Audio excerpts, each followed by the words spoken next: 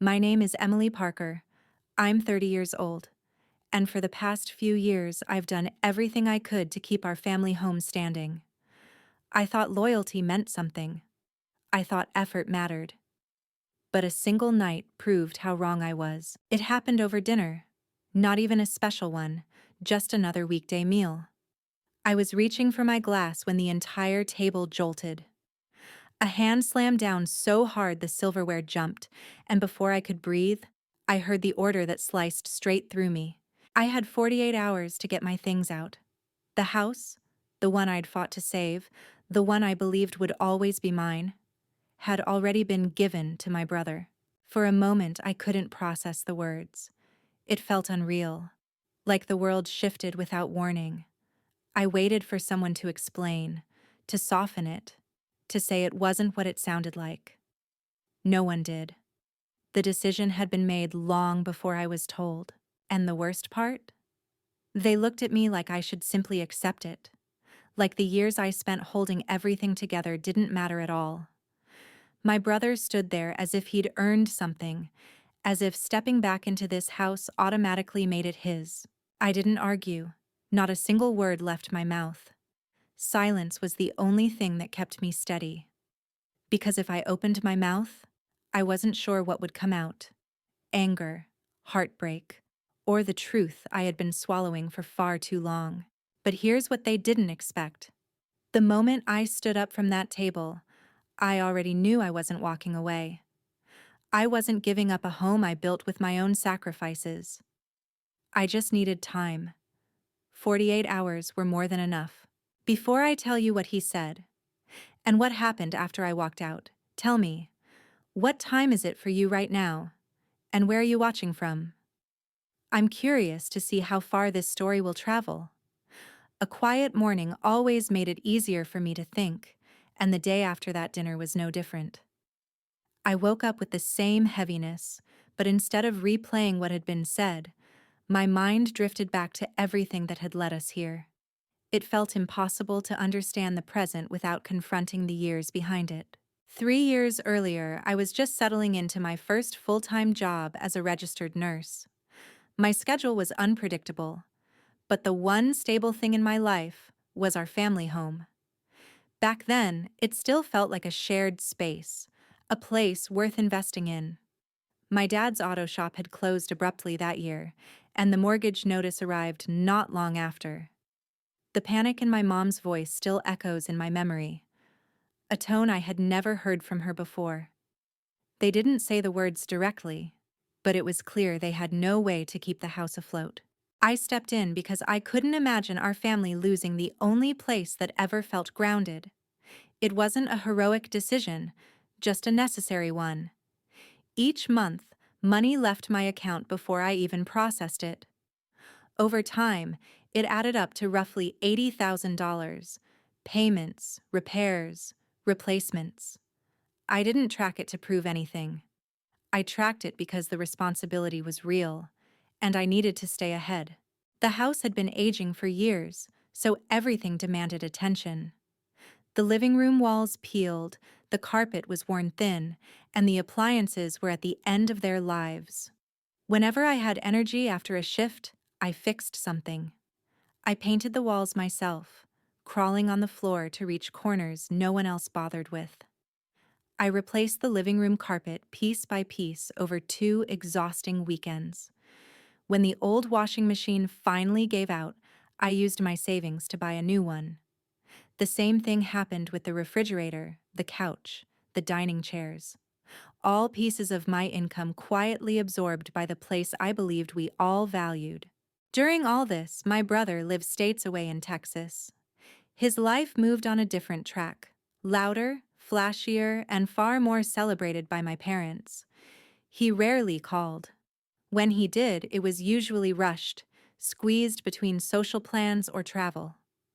He talked about new deals, new people, or the latest upgrade to his apartment. Not once did he ask about the bills, the repairs, or how things were holding up at home. My parents, however, lit up whenever his name was mentioned. The shift was subtle at first. A small smile, a proud tone, a story repeated to friends. Over time, it grew into something lopsided.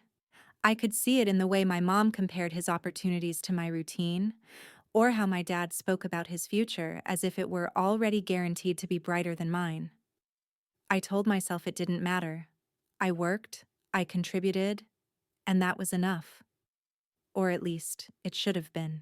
My grandmother was the only person who ever made me feel seen inside that house. Before she passed, she spent her afternoons in the sunroom, telling me about the years she spent building a life here. She once placed her hand over mine and said the house had been her anchor, and she hoped it would become mine too. I didn't understand the weight of her words then, but I carried them anyway. Everything began to shift again 1 week before the night my dad gave his announcement. My parents were suddenly excited, hushed in a way that made the air tense. My brother was coming back to Vermont, not for a visit, but to start fresh.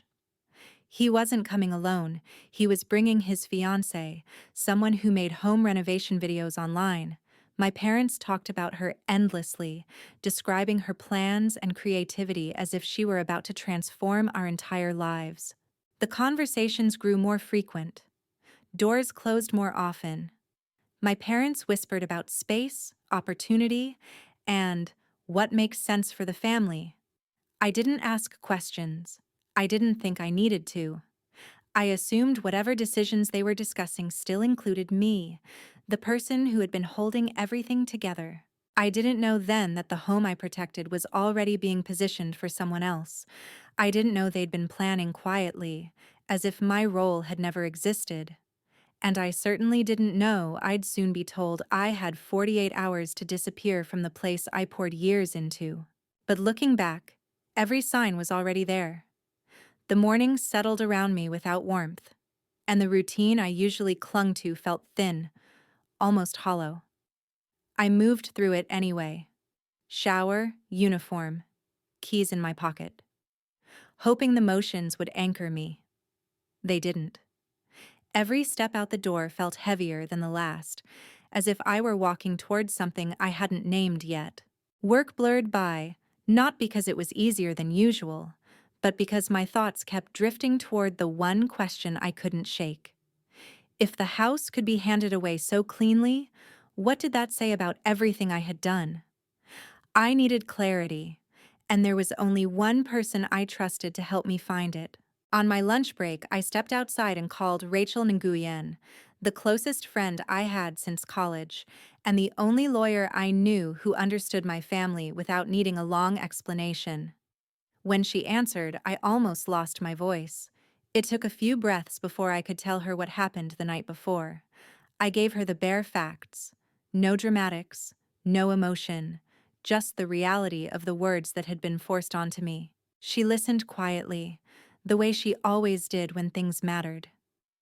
Then she asked a question so simple it startled me, whether my grandmother had ever mentioned what she wanted done with the house, or if I had ever seen anything that looked like formal paperwork. I hadn't.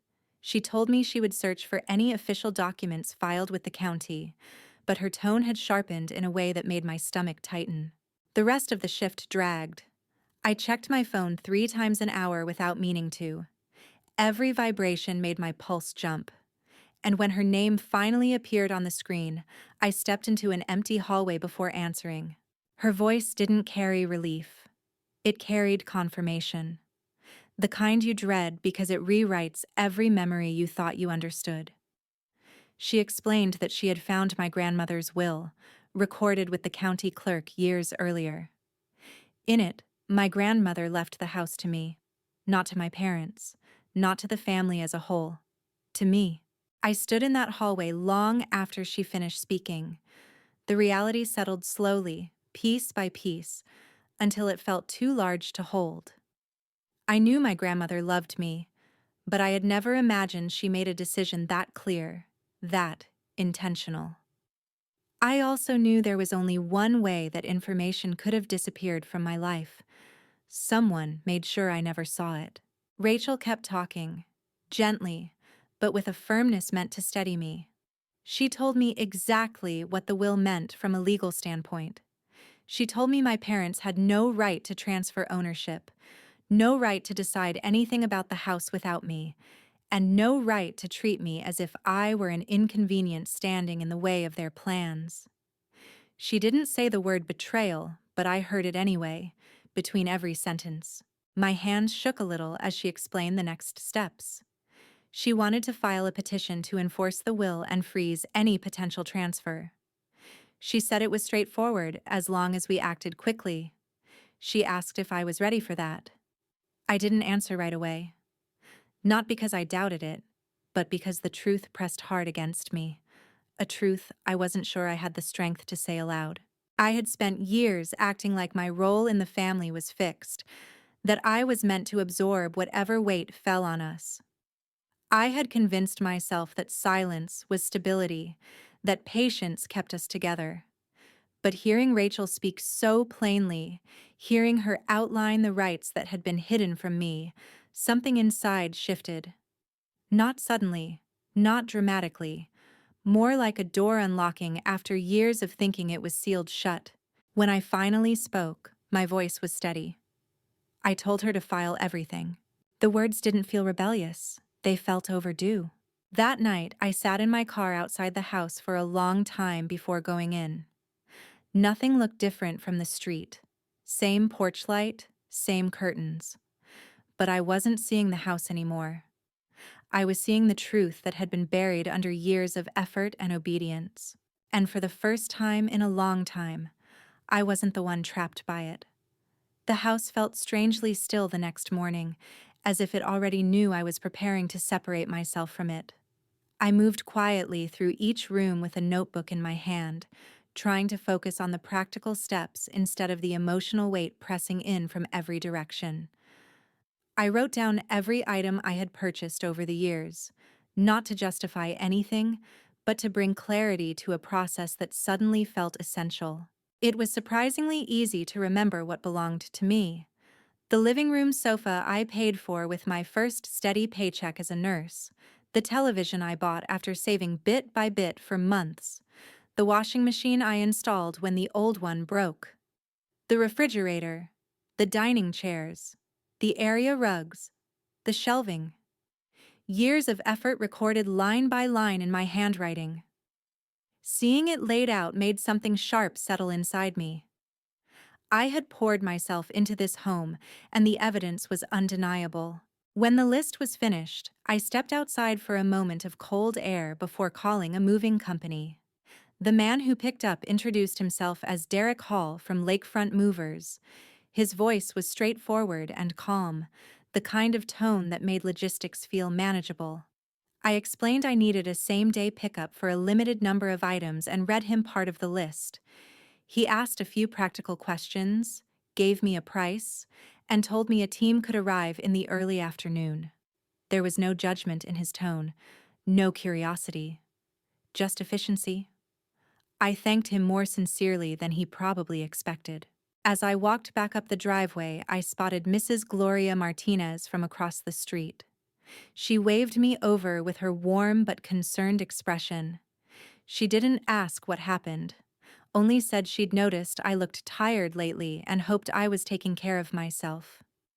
Her kindness landed deeper than she knew. I assured her I was handling things, even though the truth was more complicated than that.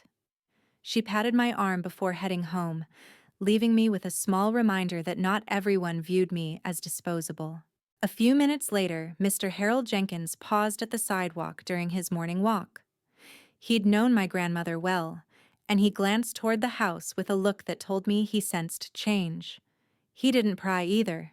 He simply said that whatever I needed to do, I should do it without guilt. The simplicity of his statement steadied me in a way I hadn't expected.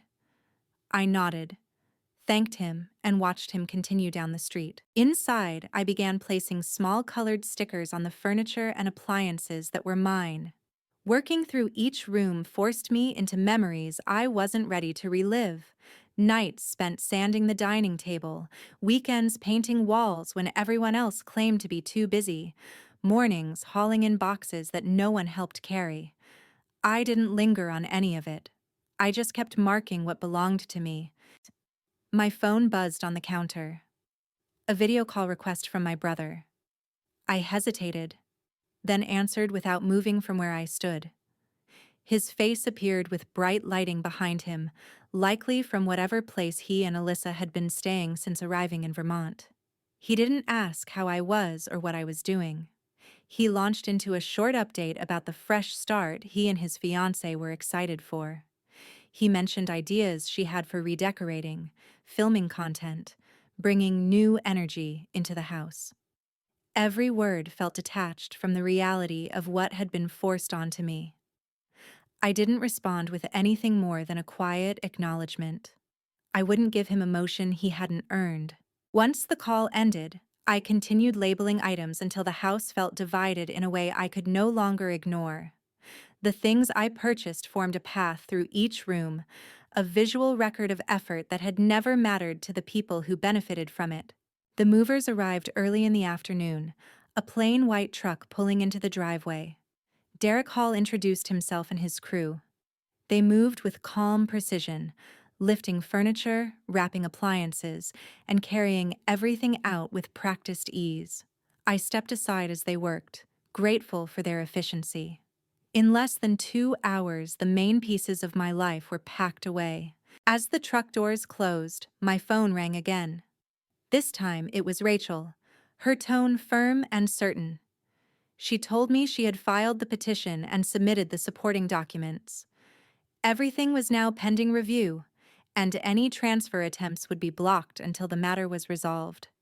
I listened silently, letting her words sink in. The legal process had officially begun. When the call ended, I stood alone in the living room. But the room no longer felt familiar. The emptiness was not a void. It was clarity. The hours passed quietly after the movers left, and by the time the sun began to sink behind the neighborhood roofs, the house felt hollow in a way I had never experienced before. I stood in the entryway, looking at the space that once held pieces of my life, and realized there was nothing left tying me to it except walls and memories I no longer wanted to carry. A car door slammed outside, sharp enough to snap me out of my thoughts. I stepped closer to the front window just as my brother pulled into the driveway. He climbed out with an eager stride, unaware of anything that had happened earlier.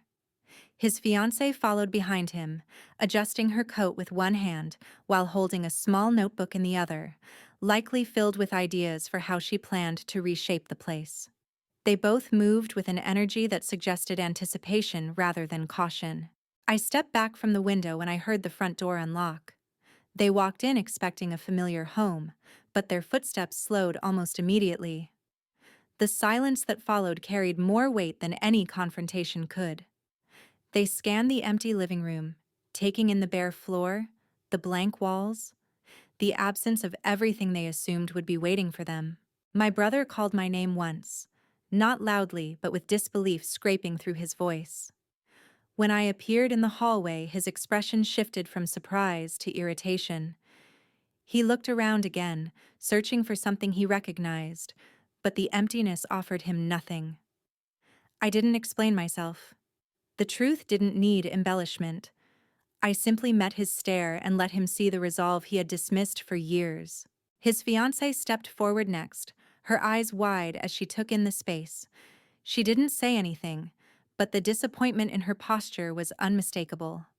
Whatever vision she had brought with her evaporated the moment she realized the house was no longer a ready backdrop for her plans.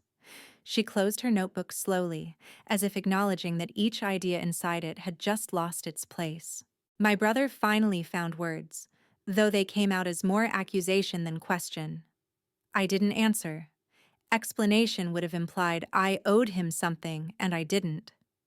The decisions I made earlier were not about him. They were about reclaiming what was mine, piece by piece, after spending years giving without recognition. He paced around the living room, then into the kitchen, moving with growing agitation. The missing appliances seemed to unsettle him even more than the empty seating. He pressed his hands to his hips while he tried to reconcile what he saw with whatever he had been told.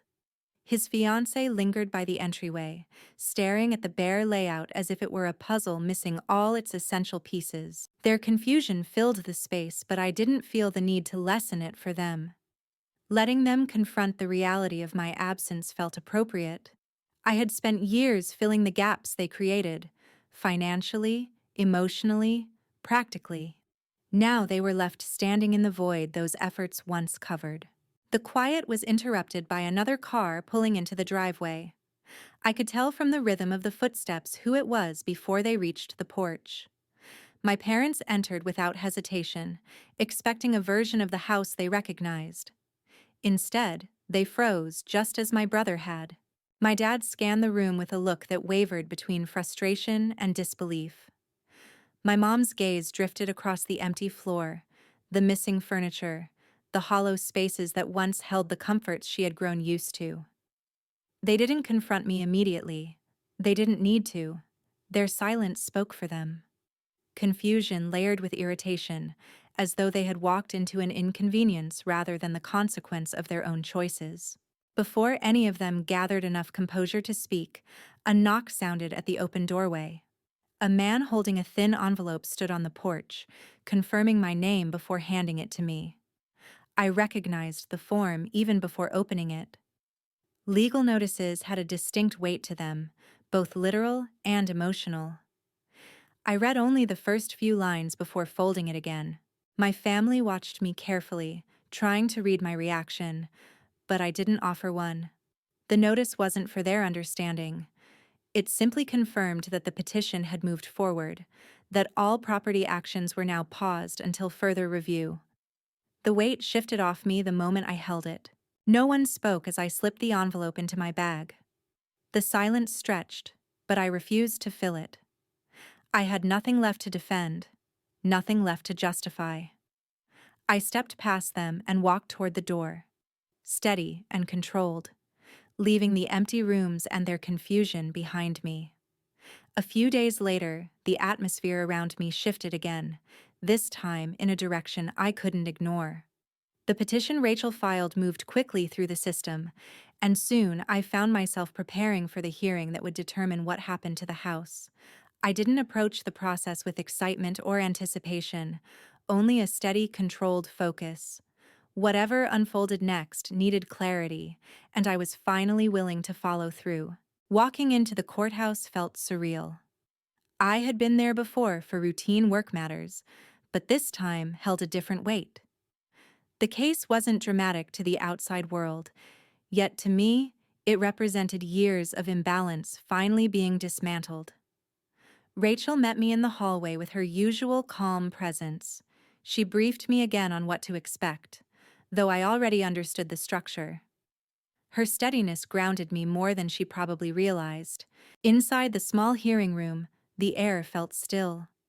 My parents sat across the aisle, avoiding my eyes.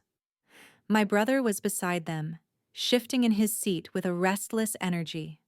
His fiancée wasn't present, which did not surprise me. Legal matters rarely fit the image people want to maintain.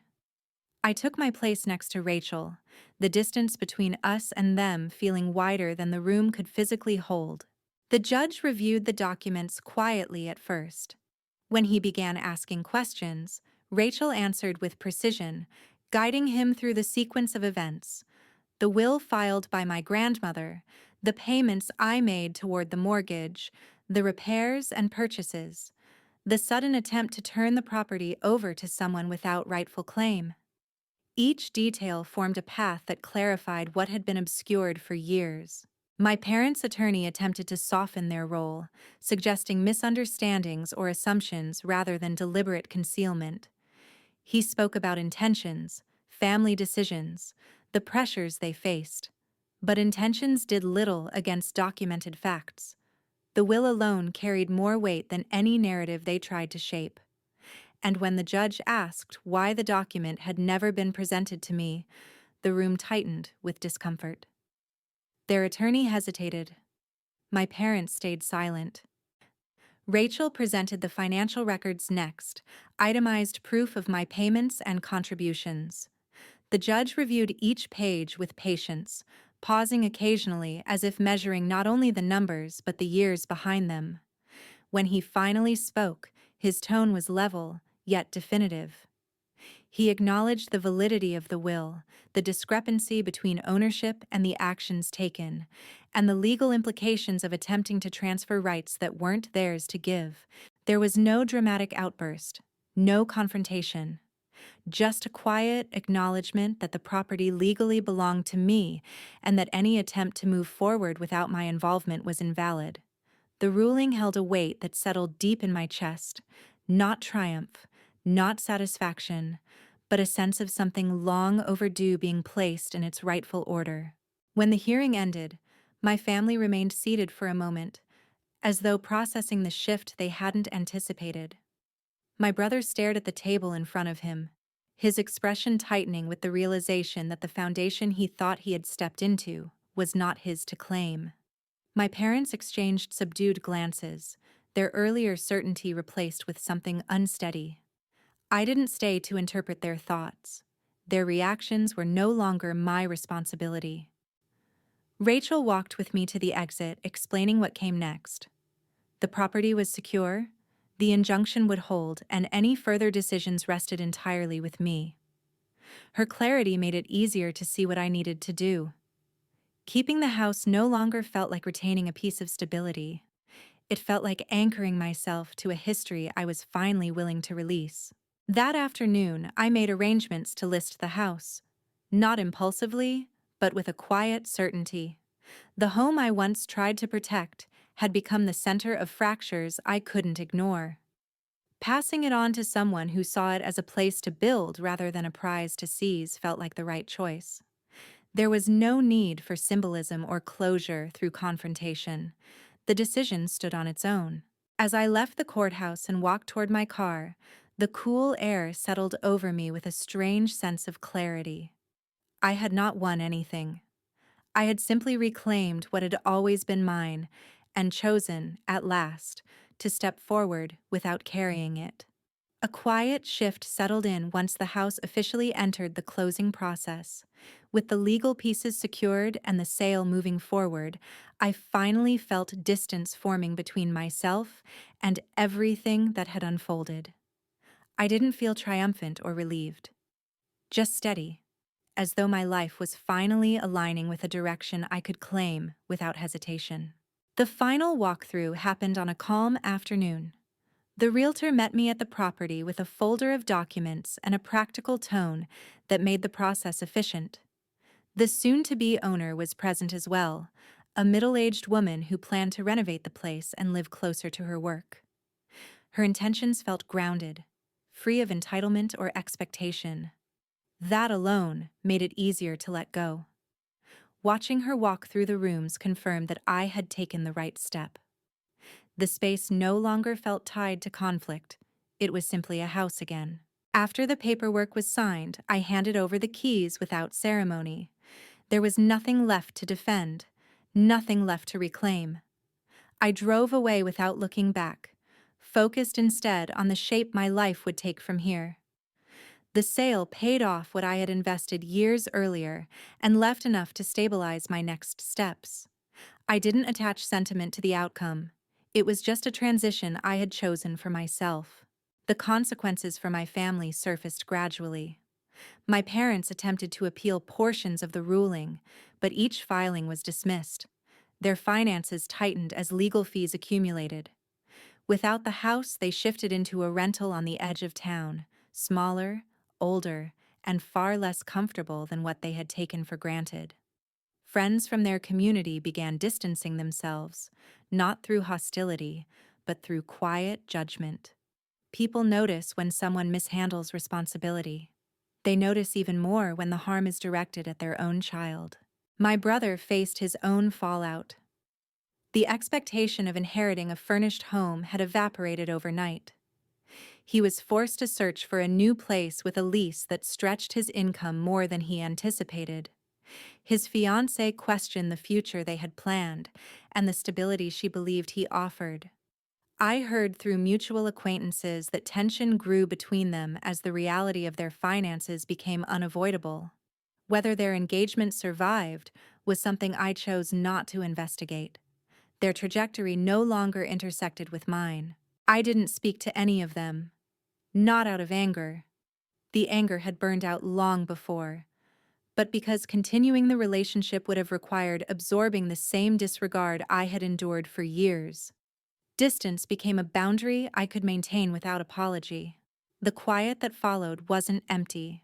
It was peaceful, the kind of silence that comes from reclaiming space within your own life. In the months that followed, I built a routine that felt steady and uncomplicated. My new apartment, though modest, became a place I shaped entirely on my own terms. Rachel checked in from time to time, encouraging me to take credit for how I handled everything, though I didn't think of it as strength. It felt more like necessity. A series of choices made because the alternative was losing myself to obligations that were never reciprocated. Looking back now, I see the entire experience less as a collapse and more as a correction. There are moments in life when you learn that loyalty has limits, especially when it becomes one-sided. Family doesn't grant automatic immunity from accountability. Actions have consequences, and sometimes the people closest to you are the ones who force you to draw the firmest lines. The real lesson for me was simple. Protecting your peace is not selfish. It's survival. And stepping away from people who diminish you, even when they share your blood, is an act of choosing a life built on respect rather than expectation. If you've listened this far, thank you for staying with my story.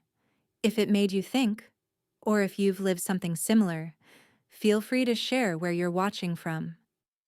I'm always curious how far a story can travel.